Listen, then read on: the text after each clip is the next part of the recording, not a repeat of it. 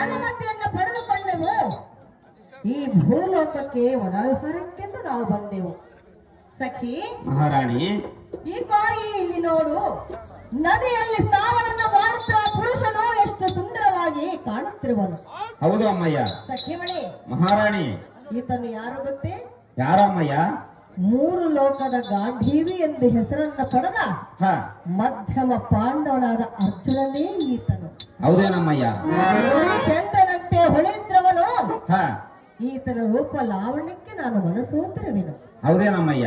ಸಖಿಮಣಿ ಮಹಾರಾಣಿ, ಈತನ ಬಳಿಗೆ ಹೋಗಿ ಮಾಯಾ ಪಾಶದಿಂದ ನಮ್ಮ ನಾಗಲೋಕಕ್ಕೆ ಕರೆದುಕೊಂಡು ಹೋಗೋಣ. ಕಂಡಿಯ ಸಖಿ ಸಿದ್ಧಾಂಸಮುಖಿ. ಎಷ್ಟೊಂದಾಗಲಿ ಮಹಾರಾಣಿ. ಅಮ್ಮಯ್ಯ, ನೀನೇನು ಎಬ್ಬಿಸಬೇಡ. ನಾನೇ ಫೋನ್ ಮಾಡಿದ್ದವಯ್ಯ. ಹತ್ತಿರಕ್ಕೆ ಹೋಗಿ ನಿದ್ರೆ ಮಾಡುತ್ತಿರುವನು ನಾನೇ ನಿಧಾನವಾಗಿ ವಿಚಾರಿಸಿಕೊಳ್ಳುವೆನು. ಎಷ್ಟೊಂದಾಗಲಮ್ಮಯ್ಯ. ನೀನು ಆಚೆಗೆ ಹೋಗಿ ಸಖಿಮಣಿ.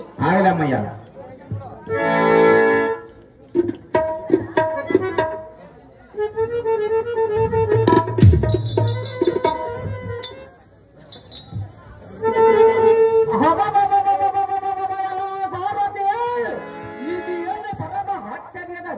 ಅದೇನು ಬೇಗ ತೀರ್ಥಯಾತ್ರಿಯನ್ನ ಬಂದನ ಅಲ್ಲಯಗಳನ್ನ ವಿಚಕ್ಷಣೆಯನ್ನ ಗೈಯುತ್ತ ಈ ನದಿಯ ದಂಡಿಗೆ ಬಂದನು. ಇದ್ದ ನದಿಯಲ್ಲ ಮಾನವನ್ನ ಗೈಯಲನ್ನ ಹೋದಾಗ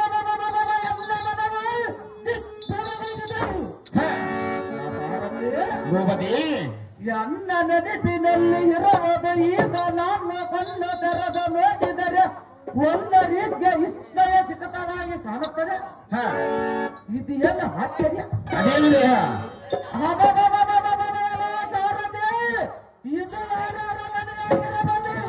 ಅದೇನು ಭೂಪತಿ?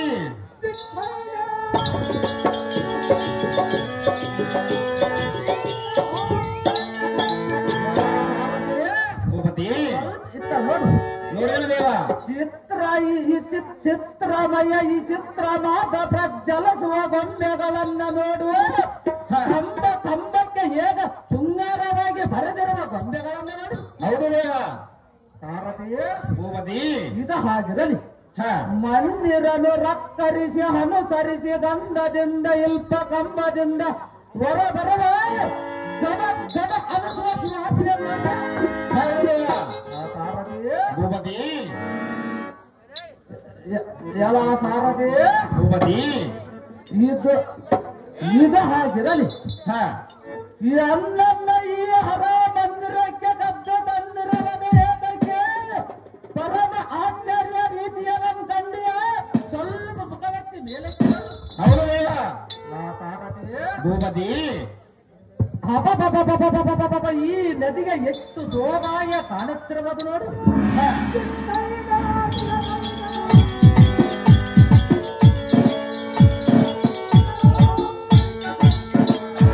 ಈ ನದಿಯನ್ನ ಜಲಚರಿಗೆ ಒಲ್ಲ ಬಿರ್ರದ ಜಾರಿ ಹೋಗುವ ತುಂಬಿಸವನ್ನ ಭೂಪತಿ, ಇದು ನಮ್ಮ ನರಲೋಕವೇ ಅಲ್ಲವೇ ಅಲ್ಲ. ಅದು ಏತಕ್ಕೆಂದರೆ ನಮ್ಮ ನಾಗಲೋಕದಲ್ಲಿ ಮೇಲೆ ನೋಡಿದರೆ ಅನ್ನರದ ತಲುವಿಗೆಯನ್ನು ಕಂಡು ನನ್ನ ಆಸದಿಂದ ಬೀಸುವ ಗಾಳಿಯನ್ನು ನೋಡಿದ ದೇವ. ಭೂಪತಿ, ಇದೇನು ನನಗೆ ದಿಕ್ರಮಗೊಳಿಸುತ್ತಿರುವುದಲ್ಲ. ಅದೇನು ದೇವ? ಸ್ತ್ರೀಯರು ಸಾರಾಗಿರುವುದು. ಹೌದು ದೇವ. ಈಕೆ ಹುಟ್ಟಿರುವ ಸೀರೆಯನ್ನು ನೋಡು, ಈಗ ಕುಮುಸವನ್ನು ನೋಡು, ಇವಳ ಹಣೆಯ ಮೇಲೆ ಕುಂಕುಮವನ್ನು ನೋಡು, ಇವಳ ಕಾಡಿ ಹಚ್ಚಿಕೊಂಡಿರೋ ಕಾಡಿಯನ್ನು ನೋಡು, ಅದಕ್ಕೆ ಬಣ್ಣವನ್ನು ನೋಡು. ಹೌದು ದೇವ. ಹೇಗೆ ಶೋಭಾಯ ಕಾಣುತ್ತಿರುವಾಗ ನೋಡು. ಹೌದು ದೇವ.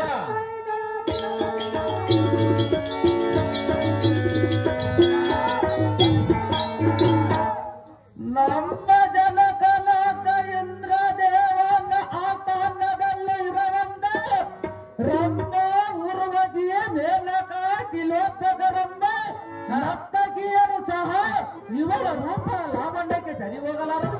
ಹೌದು ದೇವ.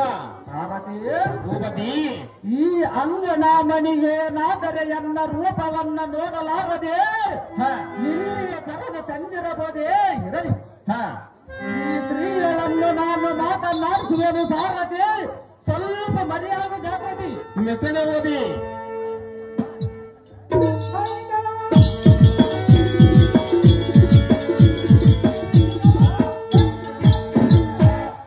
ಆಕೆ ಅಂಗನಾಮಣಿ ಮೀನುಗಾರು ದಾವ ದೇಶದ ಅರಸನ ಮಗಳು.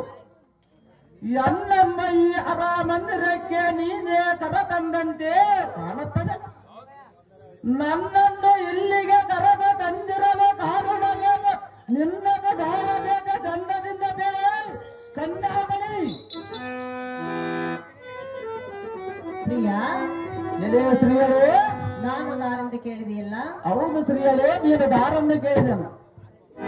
ನಿನ್ನನ್ನು ಏತಕ್ಕಾಗಿ ಕದ್ದು ತಂದನೆಂದು ಕೇಳುತ್ತಿರುವಿಯಾ? ಹೌದು ಶ್ರೀಯರೇ, ಏತಕ್ಕೆ ತಂದಿರುವಿ? ನಾನು ಯಾರೆಂದು ಹೇಳುವೆನು ಮೊದಲು ಕೇಳು.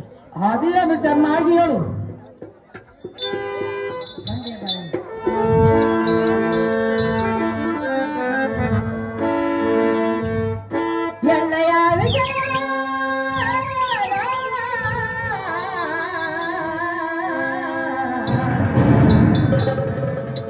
ಮನದಿಹ